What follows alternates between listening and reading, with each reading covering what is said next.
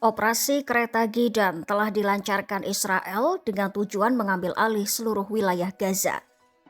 Tak hanya itu, Israel juga terus berupaya mengusir Hamas dari Gaza. Di balik itu semua, Israel punya rencana tersendiri setelah mengambil alih Gaza dan mengusir Hamas. Lantas, apa rencana Israel di Gaza? Simak selengkapnya dalam video berikut.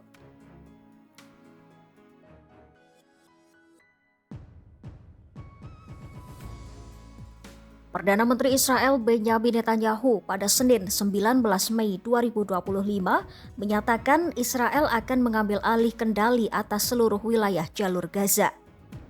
Selama puluhan tahun sampai 2005, Israel menduduki Gaza.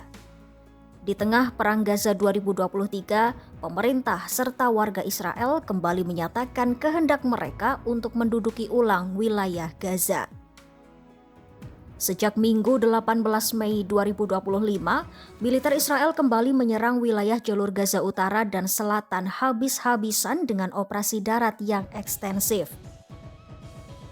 Israel mengumumkan perluasan operasi darat ekstensif itu beberapa jam setelah Netanyahu mengisyaratkan Israel terbuka untuk mencapai kesepakatan dengan Hamas yang mencakup janji mengakhiri pertempuran di Gaza.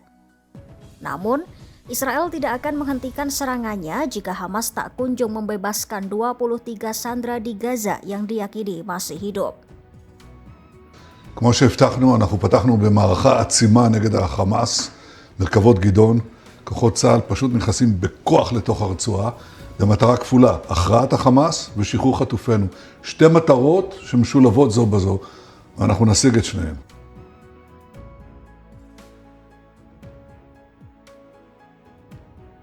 Usut punya usut, pemerintah Israel ternyata punya rencana menciptakan entitas baru di Gaza pasca Hamas dikalahkan. Rencana ini ada dalam dokumen tertanggal Desember 2023. Dokumen itu berbentuk makalah akademis setebal 32 halaman berjudul Program Keamanan dan Pemulihan Gaza, Bagaimana Seharusnya Hari Setelahnya. Makalah itu ditulis oleh Forum Pertahanan dan Keamanan Israel, kelompok yang terdiri dari 35.000 pasukan cadangan Israel bersama dengan Lembaga Kajian Pusat Keamanan dan Luar Negeri Yerusalem. Makalah tersebut menggambarkan seperti apa setelah Hamas keluar dari Gaza. Makalah itu pun dipresentasikan kepada pemerintah Israel. Dalam makalah itu, direkomendasikan perlunya rekonstruksi ekonomi, pembangunan infrastruktur, dan mencabut ideologi Hamas dengan pendidikan ulang rakyat Gaza. Rencana tersebut secara eksplisit mengecualikan kedaulatan Palestina, lebih khusus Otoritas Palestina atau keberadaan Badan Bantuan dan PBB untuk pengungsi Palestina di Timur Dekat atau UNRWA sebagai sumber bantuan kemanusiaan. Tidak disebutkan dalam dokumen tersebut apakah Israel bermaksud untuk mencaplok jalur Gaza. Namun, dinyatakan dengan jelas pasukan keamanan Israel atau IDF ingin berpengaruh besar dalam keseluruhan administrasi Gaza. Keaslian dokumen itu pun dikonfirmasi oleh pejabat senior pemerintah Israel yang tidak mau disebutkan namanya dan Ohad Tal serta Simcha Rothman, dua anggota parlemen Israel dari Partai Keagamaan Nasional Sayap Kanan yang merupakan bagian dari koalisi yang berkuasa. Makalah tersebut juga dibagi menjadi 3 tahap berbeda dengan 2 tahap pertama dianggap yang paling penting. Israel diramalkan akan mengambil alih dan mengelola jalur Gaza secara luas serta menciptakan entitas baru dari awal. Makalah itu menyebut fokus Israel bukanlah penentuan nasib sendiri bagi warga Palestina, melainkan mengakhiri kekuasaan Hamas. Dalam skenario jatuhnya Hamas, IDF akan mengambil alih seluruh jalur Gaza untuk sementara.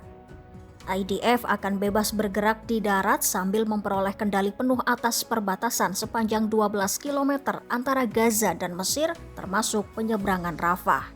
Kini, IDF sudah melakukan sebagian dari yang disebutkan dalam makalah, yakni menciptakan zona penyangga di sepanjang beberapa bagian perbatasan.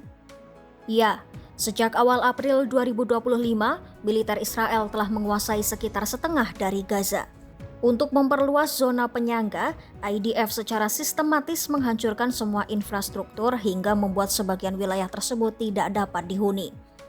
Sebuah zona penyangga di sepanjang perbatasan dengan Israel harus dibangun, di mana lalu lintas Palestina tidak akan diizinkan.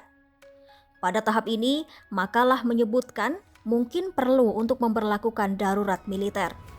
Ya, IDF akan mengambil alih semua urusan sipil hingga mekanisme baru dibangun. Periode ini pun dapat berlangsung beberapa bulan hingga 1 tahun. Pada tahap kedua, pemerintah Israel akan membentuk 5 dewan otonom administratif yang disebut dengan Jalur Gaza Utara, Kota Gaza, Jalur Gaza Tengah, Han Yunis, dan Rafah. Dewan-dewan tersebut akan bertugas mengelola kehidupan sipil di Gaza setelah memenuhi prasyarat tertentu, seperti tidak terkait dengan faksi-faksi kelompok bersenjata Palestina, mengakui negara Israel, dan mengambil bagian dalam rencana pendidikan ulang yang juga disebut proses denazifikasi. Terkait kontrol atas pendidikan juga dibahas dalam makalah tersebut. Disebut bahwa kontrol atas pendidikan harus diawasi oleh setiap dewan. Proses pembelajaran tidak hanya dilakukan di ruang kelas, tetapi juga selama kegiatan ekstrakurikuler. Selain itu, Israel juga akan membentuk Direktorat Manajerial Internasional untuk bantuan, rekonstruksi, dan pengawasan dewan-dewan administratif. Direktorat tersebut akan dibentuk tidak hanya oleh pemerintah Israel. Direktorat Manajerial Internasional akan mencakup Amerika Serikat, beberapa negara Eropa seperti Jerman, Prancis, Inggris, dan Italia, serta Mesir, Uni Emirat Arab, Bahrain, dan mungkin Arab Saudi. Rencana itu pun menjadi salah satu upaya untuk menormalisasi hubungan antara Israel dan Arab Saudi. Dalam dokumen tersebut, Israel pun disarankan untuk menjadikan Direktorat Manajerial Internasional sebagai satu-satunya sumber bantuan bagi Dewan Administratif Lokal. Bantuannya yaitu dana bantuan langsung untuk pertumbuhan ekonomi dan rekonstruksi infrastruktur akan bergantung pada kriteria tertentu, termasuk penerapan rencana pendidikan ulang.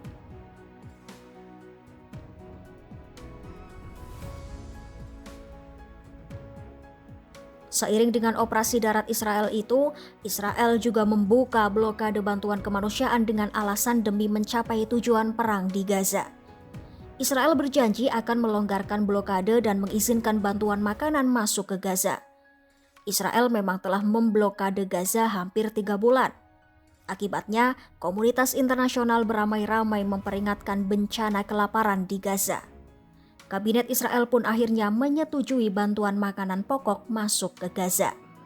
Namun, belum jelas kapan bantuan itu akan masuk ke Gaza dan bagaimana caranya. Netanyahu sendiri mengakui ada tekanan dari para sekutunya untuk membuka blokade bantuan di Gaza. Netanyahu mengatakan para sekutu Israel menyuarakan keprihatinan tentang kelaparan di Gaza. הידידים הכי טובים שלנו בעולם. סנטורים שאני מכיר כתומכי ישראל נלהבים, ללא סייג, שאני מכיר אותם עשרות שנים, באים אליי ואומרים לי כך, אנחנו נותנים לכם את כל הסיוע להשלמת הניצחון, נשק, תמיכה במהלכים שלכם לחסל את החמאס, הגנה במועצת הביטחון. דבר אחד אנחנו לא יכולים לעמוד בו, אנחנו לא יכולים לקבל תמונות של ערבה המונית, בזה אנחנו לא עומדים. לא נוכל לתמוך בכם. ולכן כדי להשיג את הניצחון, אנחנו חייבים איכשהו לפתור את הבעיה. עד שנקים את הנקודות הללו, ועד שנבנה את האזור הסטרילי בשליטת צה"ל לחלוקה של מזון ותרופות, אנחנו צריכים לתת איזה גישור מינימלי, בסיסי, כדי שלא יהיה רעב. Namun, Netanyahu menegaskan Hamas tidak akan dibiarkan mengambil bantuan itu. Kepala Kantor Koordinasi PBB untuk Urusan Kemanusiaan Tom Fletcher mengonfirmasi PBB sudah didekati otoritas Israel untuk melanjutkan pengiriman bantuan terbatas.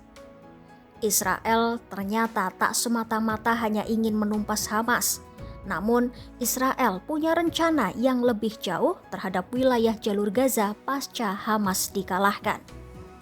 Ikuti terus perkembangannya hanya di YouTube Kompas.com.